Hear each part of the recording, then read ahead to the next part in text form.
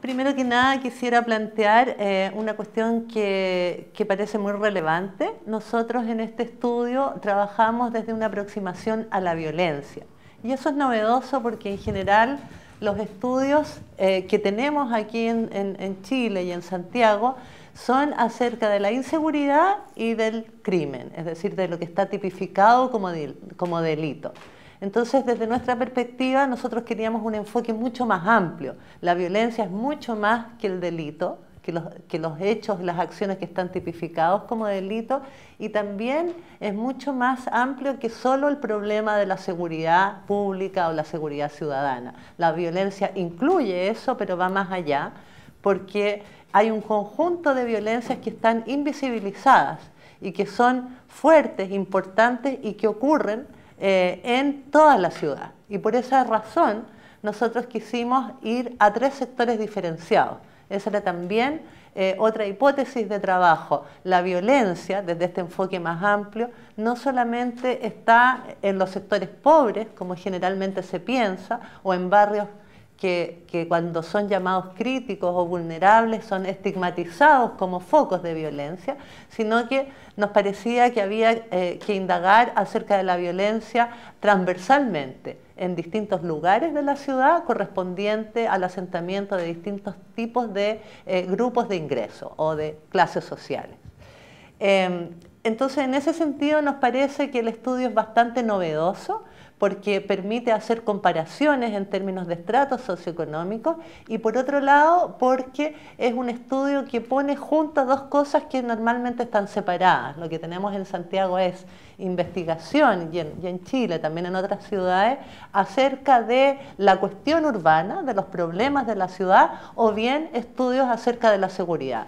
Nuestro intento aquí fue también vincular, articular un estudio que hablara de la violencia en los términos más amplios que ya dije y que hablara de la ciudad, de cómo eso se espacializa, cómo la violencia tiene lugar en distintos territorios y cómo estamos viviendo en una ciudad en que prácticamente un lugar de la ciudad, un barrio, por ejemplo, de altos ingresos, no convive ni tiene relación con los barrios pobres. Y eso significa violencias que tienen que ver con el temor al otro, que tienen que ver con la invisibilización del otro.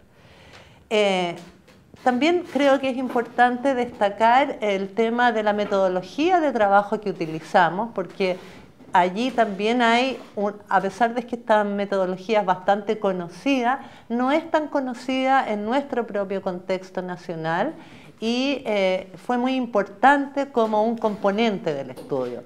La metodología de evaluación participativa de la violencia nos permite varias cosas importantes. Por una parte, escuchar la voz de los propios habitantes de las comunidades. Esto es un esquema distinto al tradicional cuando se hace investigación. Nosotros normalmente como investigadores vamos a los lugares a extraer información de la gente. Aquí es al revés. Se trata de que los investigadores escuchamos las voces de las personas, de los líderes comunitarios, de los vecinos, de las organizaciones locales y son ellos los que tienen el poder mediante su voz, mediante sus experiencias, sus percepciones acerca de lo que están viviendo.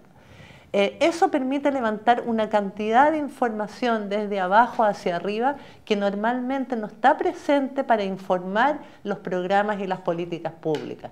En ese sentido, esta metodología provee un conjunto de herramientas que son válidos no solo en términos de los hallazgos de la investigación, sino también como un punto de entrada, como un caudal de información muy relevante para un diseño de política pública en términos distintos. Como decía ayer uno de los comentaristas en el seminario, no en términos de ir a resolver problemas puntuales específicos, sino que en términos de generar nuevos acuerdos como sociedad. Y en ese sentido hacerlos universales.